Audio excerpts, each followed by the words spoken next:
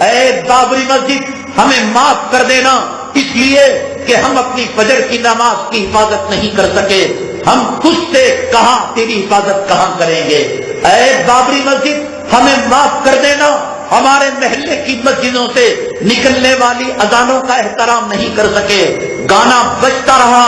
Cinema چلتا رہا، match ہوتی رہی، ناچ گانا ہوتا رہا۔ بابری مسجد ہم تجھ سے اذان کے امیدوار کب بنیں گے؟ ہم اپنی مسجدوں کی اذان کی حفاظت نہ کر سکے، اپنی مسجدوں کی مصلی کی حفاظت نہ کر سکے، ممبر کی حفاظت نہ کر سکے، محراب کی حفاظت نہ کر سکے، ہم نے اپنی مسجدوں کو اپنے ہاتھوں سے ڈھایا، اپنی مسجدوں کا قتل کیا، اپنی مسجدوں کا خون کیا۔ انما یعمر مساجد اللہ من آمن باللہ، قرآن یہ کہتا ہے کہ نماز پڑھنا مسجد کی آبادی ہے، نماز پڑھنا تلاوت کرنا مسجد کی آبادی ہے۔ کتنے مسلمان فجر میں الصلاۃ خیر من النوم کی آواز سن کر حالت جنابت میں والی بیوی کو چھوڑ کر مسجد کی طرف رخ کرتے ہیں۔ بابری مسجد ہمیں معاف کرنا، جو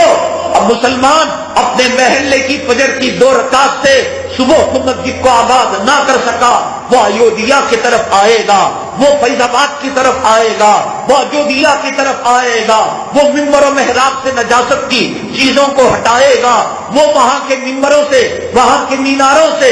اذان کی گونج لگوائے گا۔ بابری مسجد ذرا انتظار کرنا، امت کی مائیں جب صلاح الدین ایوبی کو جنم دیں گی، بابری مسجد معاف کرنا، امت کی مائیں جب ٹیپو سلطان شہید کو جب دوبارہ جنم دیں گی۔ بابری مسجد ہجڑے بن چکے ہیں نوجوان، بابری مسجد امت کے نوجوان دولت کے پجاری ہو چکے ہیں، مال کے پجاری ہو چکے ہیں، بفے سسٹم میں کتے سوروں کی طرح انہیں کھانوں سے فرصت نہیں، عورتوں کے غلام بن چکے ہیں، ان کے حیث و نفاس کے کپڑے دھونے سے جب فرصت ہوگی۔ بابری مسجد ہم تیرے بارے میں سوچیں گے، جورو کی غلامی سے جب فرصت ہوگی، بابری مسجد معاف کرنا ہم تیرے بارے میں سوچیں گے۔ اے بابری مسجد دکان کی غلامی کا تاؤ اور دولت اور مال کی غلامی کا تاؤ جب ہمارے گلے سے نکلے گا، بابری مسجد معاف کرنا ہم تیرے بارے میں سوچیں گے۔ بابری مسجد امت کے نوجوان ہجڑے پن سے جب توبہ کریں گے، ہم تیرے بارے میں سوچیں گے۔ بابری مسجد جب امت کے نوجوانوں میں خالد بن ولید کی شجاعت پیدا ہوگی،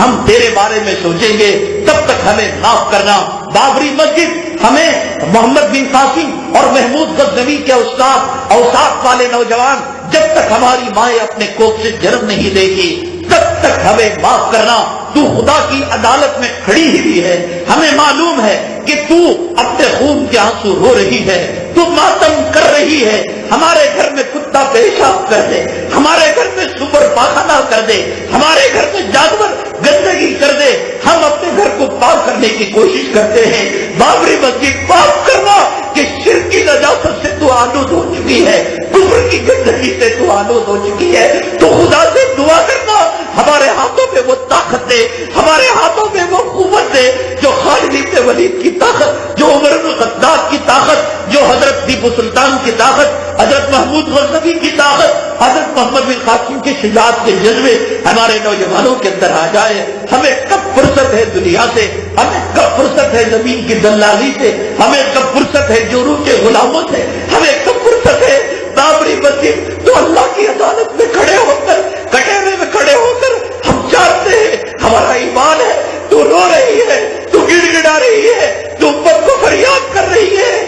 کوئی جو مجھے نجاست سے پاک کرے، ہے کوئی جو مجھے گندگی سے پاک کرے۔ تو قرآن کی آیت پڑھ رہی ہے انما المشرکون نجس فلا یقربوا المسجد الحرام بعد عامهم ھذا، کہ مشرک ناپاک ہوتا ہے، آج کے بعد وہ پاک جگہ کے اندر نہ آئے۔ بابری مسجد ہمیں پتا ہے کہ تو فریاد کر رہی ہے انتہینا بیتیا للطائفین والعاکفین والرکع السجود، کہ ابراہیم اور اسماعیل علیہ السلام نے کعبے کو جب تعمیر کیا یہ دعا کی تھی، اور اللہ تعالیٰ نے ان سے کہا تھا کہ ان کو تم پاک رکھنا، صاف رکھنا، اے مولا ہمیں معاف کر دینا۔ ہم جورو کے پیچھے پڑ گئے، ہم دولت کے پیچھے پڑ گئے، ہم روپیوں کے پیچھے پڑ گئے، ہم پیسوں کے پیچھے پڑ گئے، ہم سلطنت کے پیچھے پڑ گئے، ہم سیاسی کتوں کی ہڈیوں کے پیچھے پڑ گئے، ہمیں دنیا عزیز ہے، ہمیں جوڑوں کا حفظ و حفاظ عزیز ہے، ہمیں بچوں کے حقیق اور بچوں کا پیشاب پاخانہ عزیز ہے۔ وہ بابری مسجد کے بیداروں کا رونا،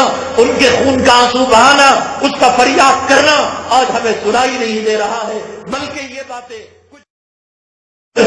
اے بابری مسجد